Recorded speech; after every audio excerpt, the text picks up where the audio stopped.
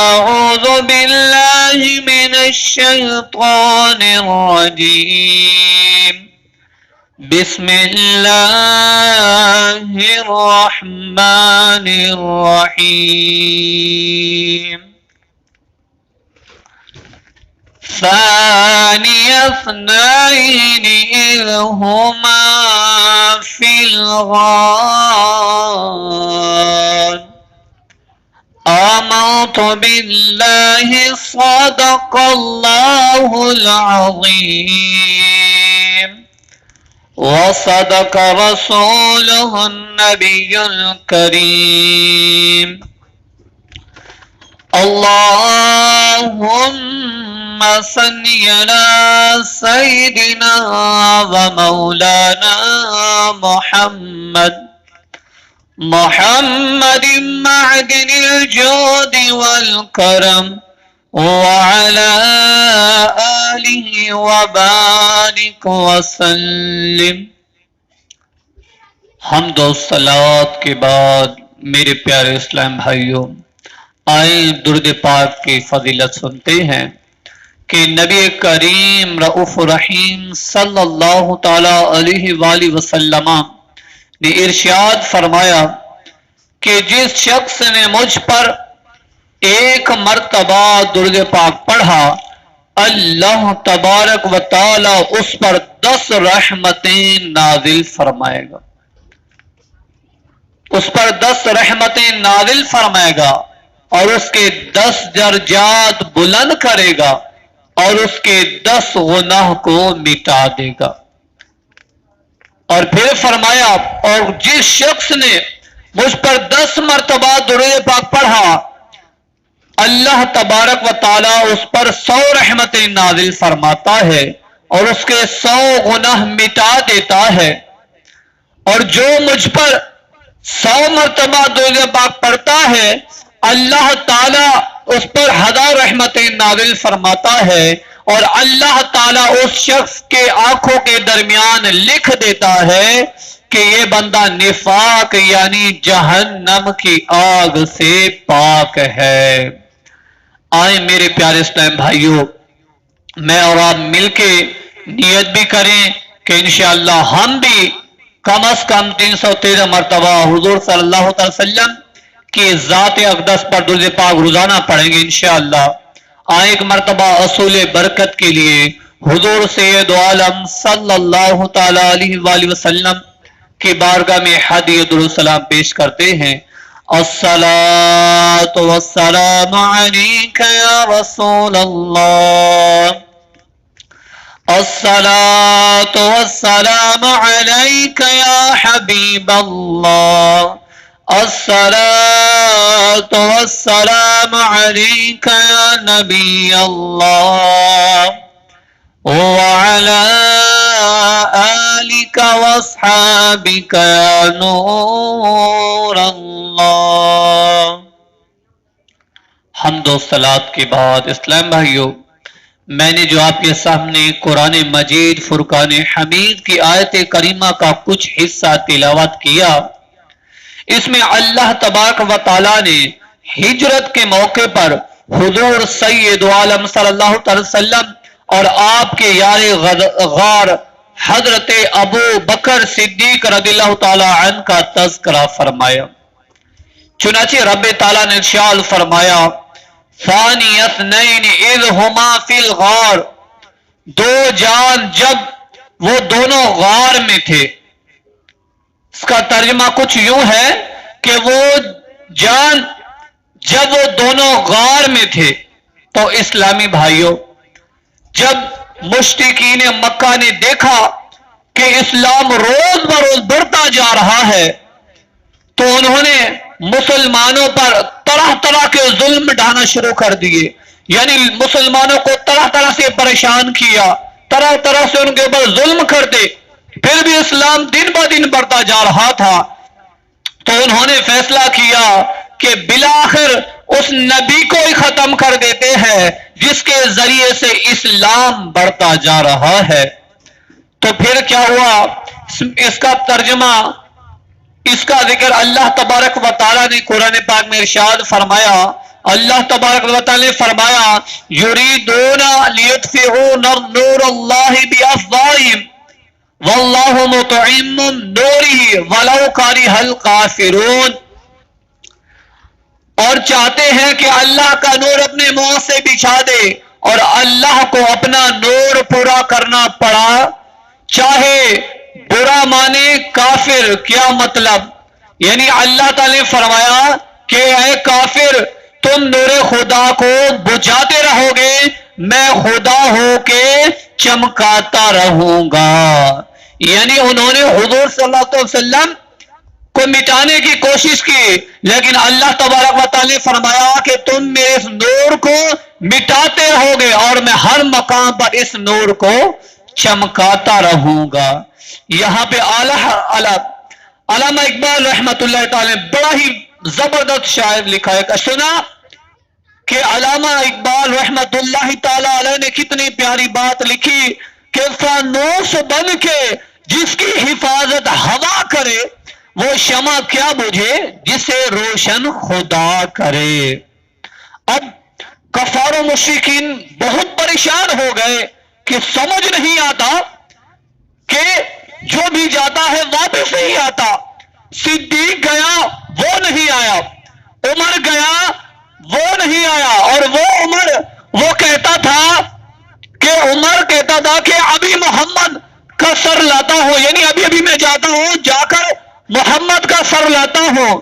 معاذ اللہ وہ یعنی اسلام لانے سے پہلے حضور کی اتنے بڑے دشمن تھے کہ وہ کہتے تھے کہ ابھی میں محمد کا سر لاتا ہوں صلی اللہ علیہ وسلم.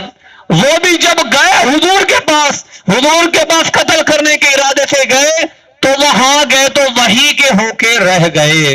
حضرت عثمان غنی رضی اللہ تعالی عنہ وہ بھی جب گئے حضور کی بارگاہ میں تو وہ بھی حضور کے ہی ہو گئے.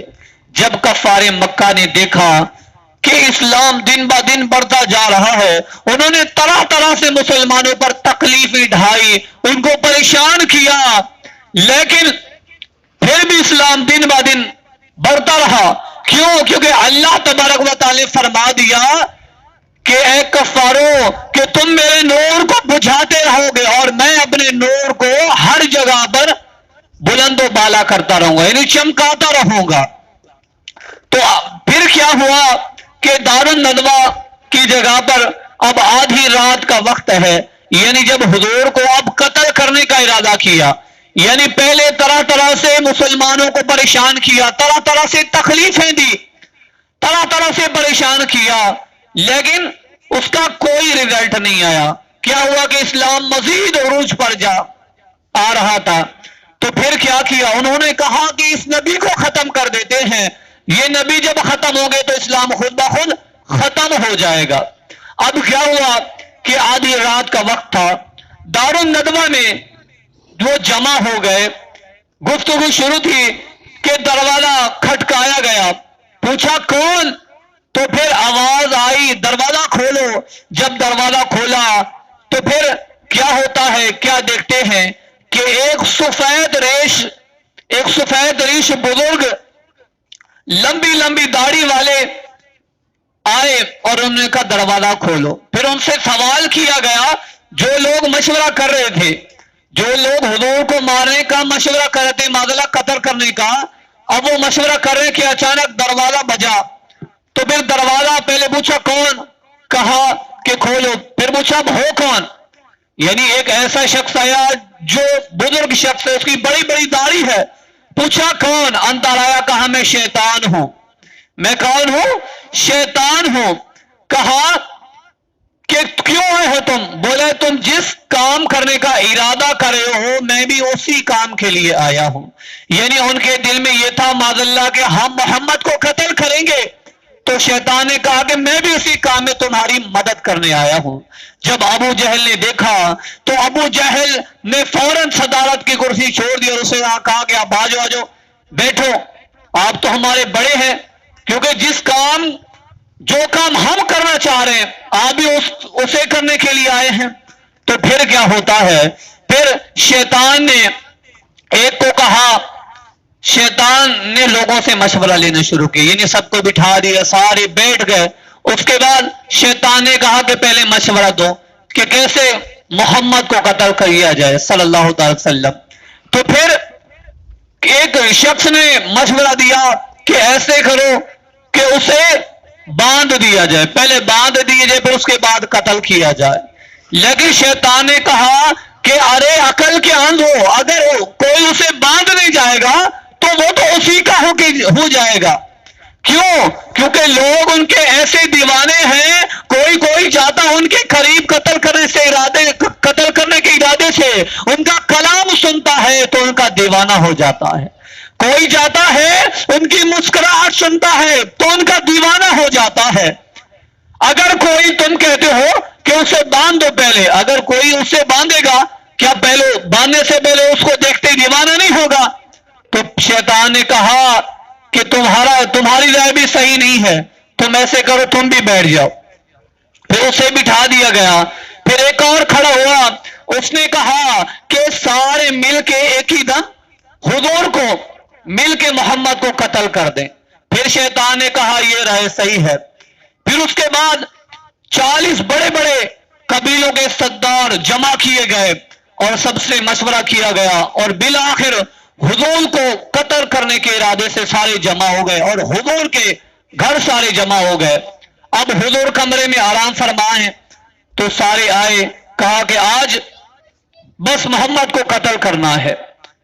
اب حضور صلی اللہ علیہ وسلم کو کیونکہ حضور علم غیب جانتے تھے، آپ کو پتہ چل گیا۔ اب آپ نے کیا کیا؟ آپ کو جب پتہ چلا، حضرت ابوبکر صدیق رضی اللہ تعالیٰ عنہ آئے تھے، آپ کو خبر بھی دی، کہا حضور کفار مشرکین آپ کے پاس آئے ہیں آپ کو قتل کرنے کے ارادے سے۔ تو پھر ابوبکر صدیق رضی اللہ تعالیٰ نے عرض کی یا رسول اللہ صلی اللہ علیہ وسلم آپ ایسے کریں کہ آپ نکل چلے کہیں اور۔ تو پھر حضور نے حضرت علی رضی اللہ تعالیٰ عنہ کو بلایا۔ پھر حضرت علی رضی اللہ تعالیٰ عنہ جیسے آئے، حضور نے کہا کہ اے علی تم میری جگہ پر لیٹ جاؤ، میں ایسے کرتا ہوں، میں یہاں سے نکل جاتا ہوں۔ تو پھر وہ علی یعنی کہ وہی اسی بستر پر حضور کو قتل کرنے آ رہے تھے کفار، اور علی کو یہ بھی پتا ہے کہ حضور کو قتل کرنے آ رہے ہیں، اس کے باوجود بھی حضرت علی رضی اللہ تعالیٰ عنہ کہ عشق و محبت کا جذبہ دیکھیں، آپ نے منع نہیں فرمایا کہ یا رسول اللہ موت کے منہ میں آپ مجھے ڈال کے جا رہے ہیں، ایسے نہیں کہا، بلکہ عرض کی یا رسول اللہ لبیک میں حاضر ہوں، اور فوراً سو گئے، وہاں لیٹ گئے۔ اور حضور جب دروازے سے باہر نکلا، آپ نے خاک اٹھا کر کفار کے منہ پر ڈالا اور ان کو کچھ بھی نظر نہیں آیا، اور حضور وہاں سے نکل پڑے، راستے سے نکل پڑے۔ جب کچھ آگے نکل گئے تو پھر کفار کو پتا چلا کہ ہمارے منہ میں تو خاک ہے، حضور تو نکل گئے۔ تو پھر حضور کا پیچھا کیا، پیچھے کرتے کرتے بلا آخر حضور اور حضرت صدیق اکبر رضی اللہ تعالیٰ عنہ، اور وہ صدیق اکبر رضی اللہ تعالیٰ عنہ جن کا یہ مبارک مہینہ ربیع الثانی میں یوم وصال ہے، وہ صدیق اکبر ہے جن کا تذکرہ میں نے پچھلے جمعے میں بھی کیا تھا کہ آپ کا وہ مقام و مرتبہ ہے کہ آپ کے مقام کے بارے میں آتا ہے کہ ایک مرتبہ حضرت عائشہ صدیقہ رضی اللہ تعالی عنہا حضور کے پہلو میں آرام فرما رہی تھی تو تاروں بھری رات تھی، آپ نے آسمان پر دیکھا اور حضور سے سوال کیا اے میرے سرتاج یا رسول اللہ صلی اللہ علیہ وسلم یہ بتائیں کہ ان تاروں جتنی کسی کی نیکیاں ہوں گی؟ تو حضور نے فرمایا ہاں عائشہ عمر کی ہے۔ تو آپ تھوڑی مایوس ہو گئی۔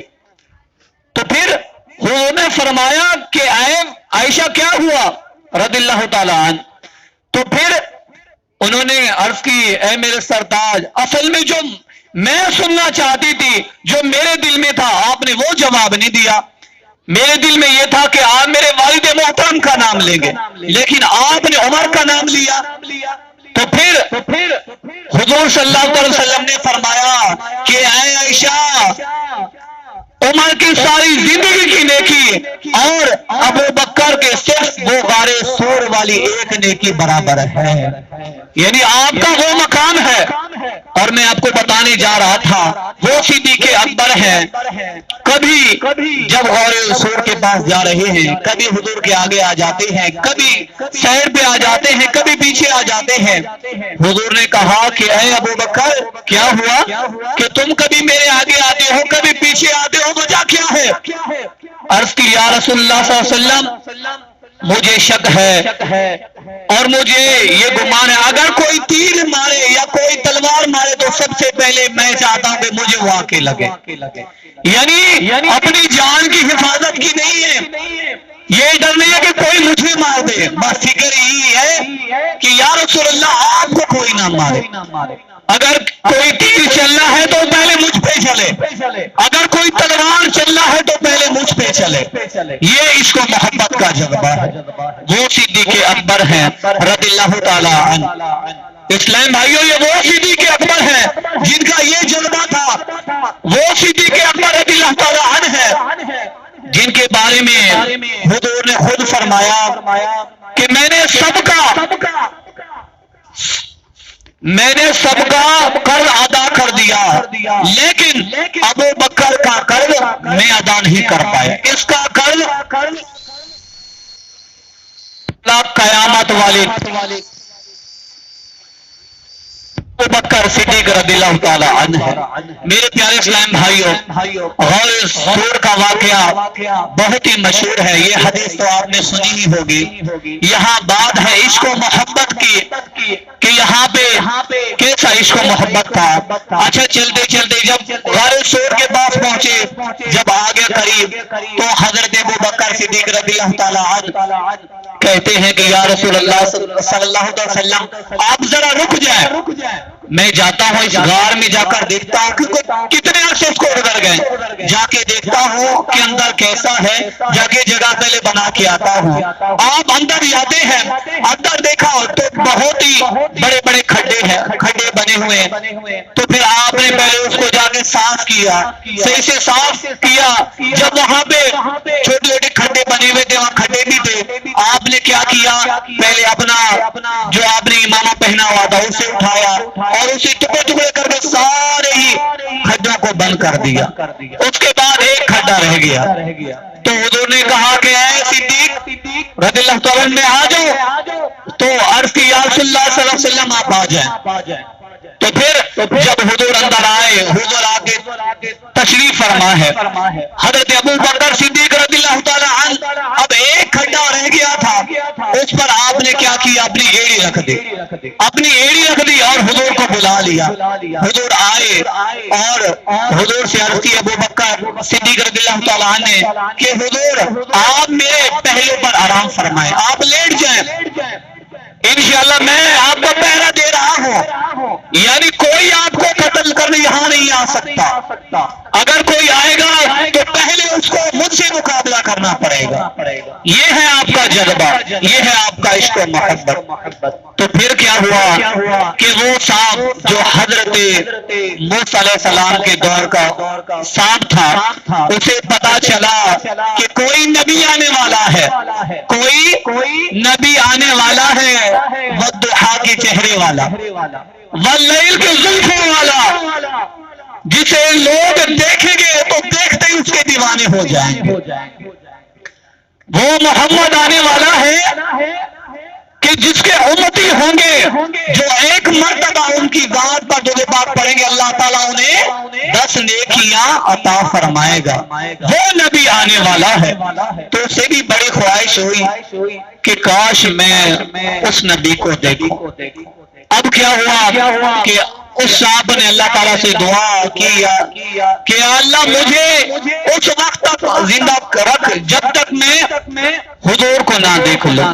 تو پھر کیا ہوا، اس صاحب کو بھی پتا چل گیا، ظاہر جو محبت کرتا ہے نا اسے پتا چلتا ہے کہ میرا محبوب اب کہاں ہے اور کہاں آ گیا ہے۔ یہ ہوتی ہے محبت۔ ایک محبوب محبت کرنے والا ایک تو بیٹھا ہوا ہے حضور کی عبادت کر رہا ہے، اور ایک محبت کرنے والا اب غار میں چھپا ہوا ہے، وہ اتنے عرصے سے انتظار کرنے والا ہے، خواہش ہے، طلب ہے۔ اب کیا ہوتا ہے صاحب نے پہلے سارے جتنے کھڈے تھے نا اس میں گھومے، جہاں گھوم کے جاتے ہیں وہ کھڈا بند ہے، جہاں گھوم کے جاتے ہیں وہ بند ہے، بلا آخر ایک دیکھا وہاں نرم تھوڑا نرم محسوس ہو رہا ہے، تو اب صاحب بے قرار ہے کہ میں نے اتنا عرصہ انتظار کیا، اس وقت کے لیے، اس موقع کے لیے میں نے اتنا انتظار کیا اور اب مجھے راستہ نہیں مل رہا۔ تو پھر بالآخر اس نے کیا کیا، وہ جو نرم جگہ تھی یعنی حضرت ابوبکر صدیق رضی اللہ تعالیٰ عنہ نے جہاں اپنی ایڑی رکھی ہوئی تھی، کیا کیا، اس کو ڈسنا شروع کر دیا۔ جب ڈسنا شروع کیا تو حضرت ابوبکر صدیق رضی اللہ تعالیٰ عنہ کے عشق و محبت کا جذبہ دیکھیں آپ، جب ڈسا تو آپ نے اور دبا دیا۔ یعنی اب میرے پیارے اسلام بھائی آپ سوچیں، ہمیں اگر مچھر کا ڈنگ بھی لگتا ہے تو ہم کیسے چونکتے ہیں، لیکن سانپ نے جیسے ڈسا آپ نے اور پاؤں کو زور سے دبایا، اب سانپ پریشان ہے کہ یہ تو بالکل اس میں تھوڑا بھی فرق نہیں آ رہا، تو آپ نے دوبارہ ڈسا، یہاں تک کہ 3-4 مرتبہ ڈسا، اور جب زہر جسم میں پھیلنا شروع ہوا تو بالآخر حضرت ابوبکر صدیق رضی اللہ تعالیٰ عنہ کے مبارک آنکھوں سے آنسو جاری ہو گئے اور ایک قطرہ گرا اور حضور کے مبارک چہرے پر گرا، تو حضور بیدار ہوئے۔ حضور نے پوچھا کہ اے ابوبکر کیا ہوا؟ عرض کی یا رسول اللہ صلی اللہ علیہ وسلم کہ سانپ نے ڈس لیا۔ یعنی پہلے تو نہیں بتانا چاہ رہے تھے، جب کیفیت حد سے زیادہ گزر گئی تو پھر بتایا۔ حضور نے کہا کہ کہاں ڈسا؟ عرض کی یا رسول اللہ، تو حضور نے اپنا لب مبارک نکالا اور نکال کر وہاں لگا دیا۔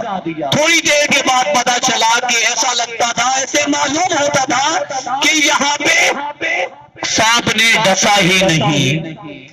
تو میرے پیارے اسلام بھائیو، یہ محبت، یہ یقین کامل ہمیں ہمیں کس نے سکھایا؟ صدیق اکبر رضی اللہ تعالیٰ عنہ نے سکھایا بھی، اور اب دیکھیں انہیں فضیلت کیسی ملتی تھی کہ آپ کا یقین کامل دیکھیں، حضور کی حفاظت کریں، لیکن جب سانپ نے ڈس لیا، اگر کسی کو سانپ ڈس لیتا ہے، ایک مرتبہ بھی ڈس لیتا ہے تو اس کا بچنا ناممکن ہوتا ہے، لیکن حضرت ابوبکر صدیق رضی اللہ تعالیٰ عنہ کو کئی مرتبہ سانپ نے ڈسا، لیکن جب ڈسا تو پھر اپنا لعاب لگانے والے کون تھے؟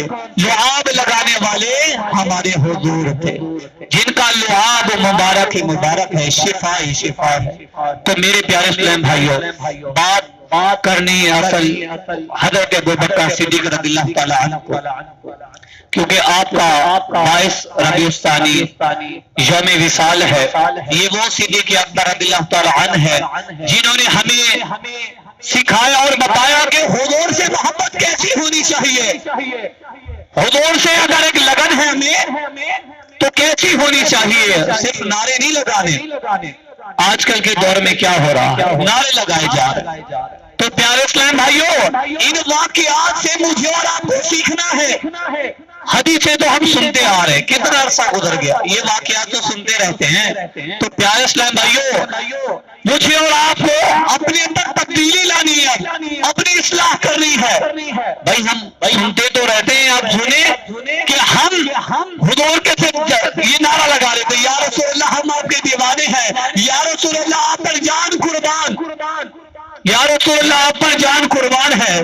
جان تو قربان ہے، لیکن اگر کوئی حضور کے گستاخی کرتا ہے تو ہم کیا کرتے ہیں؟ گھر میں چھپ کے بیٹھ جاتے ہیں۔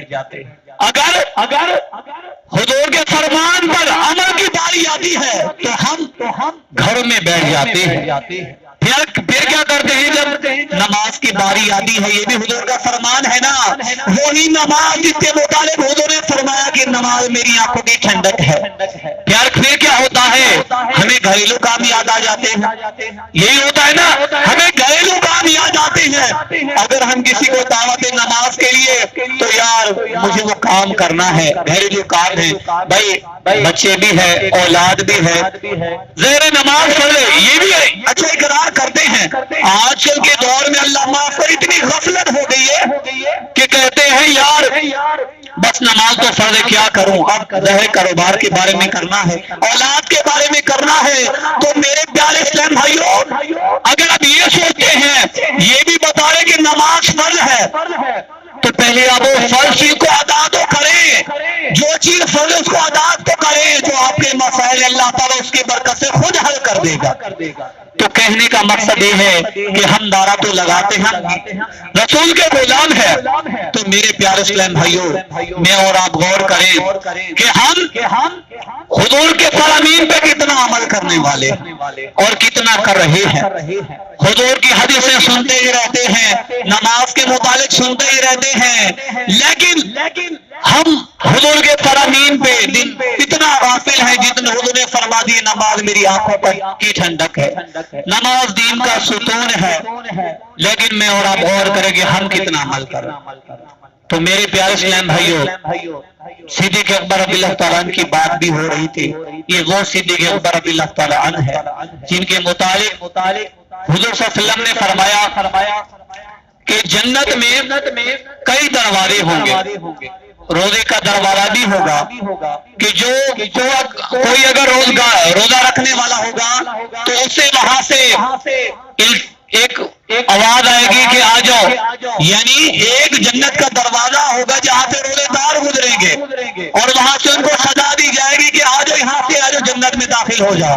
اور ایک ایسا دروازہ ہوگا جہاں سے اللہ تعالیٰ کی بارگاہ میں جو خرچ کرتے تھے وہ ہوں گے، جو سخاوت کرنے والے ہوں گے وہ گزرے ہوں گے، اور پھر کوئی ایسے بھی ہوں گے، کوئی حاجی بھی ہوں گے۔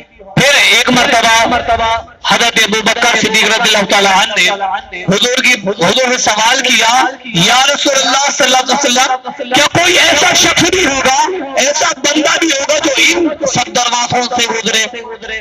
تو حضور نے فرمایا، ہاں جی ہاں ابوبکر، وہ تم ہو کہ تمہیں تمام ہی دروازوں سے، تمہیں جنت کے تمام ہی دروازوں سے بلایا جائے گا کہ اے ابوبکر ادھر سے آ جاؤ، ادھر سے آ جاؤ۔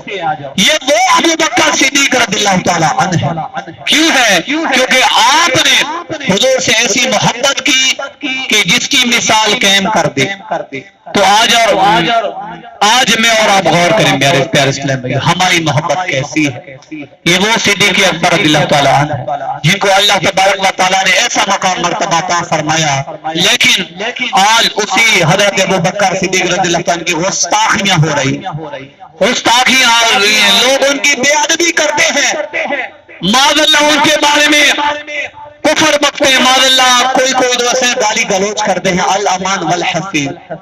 تو میرے پیارے اسلام بھائیو، پچھلے جمعے میں نے یہ حدیث بیان کی تھی، دوبارہ عرض کر رہا ہوں، مفہوم عرض کروں گا کہ حضور صلی اللہ علیہ وسلم نے فرمایا کہ جس نے میرے صحابہ کو گالی دی، ان کی گستاخی کی، بے ادبی کی، اس پر میری، اللہ تعالیٰ کی اور اللہ کے فرشتوں کی اور تمام مخلوق کی اس شخص پر لعنت ہے۔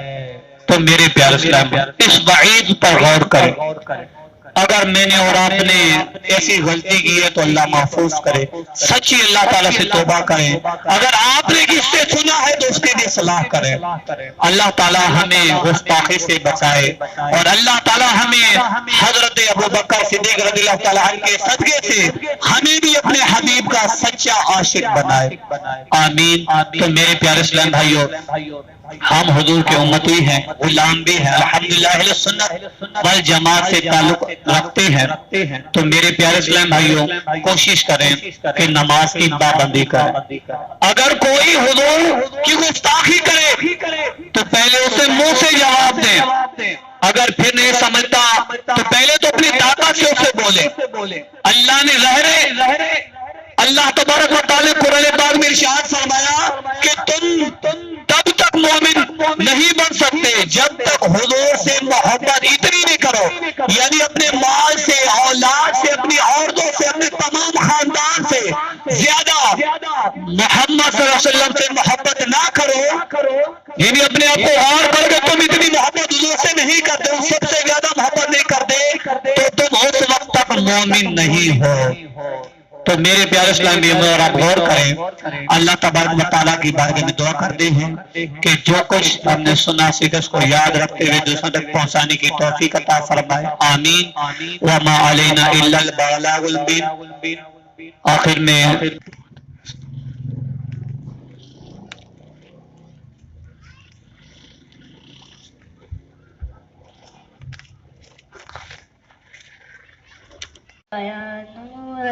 أعوذ بالله من الشيطان الرجيم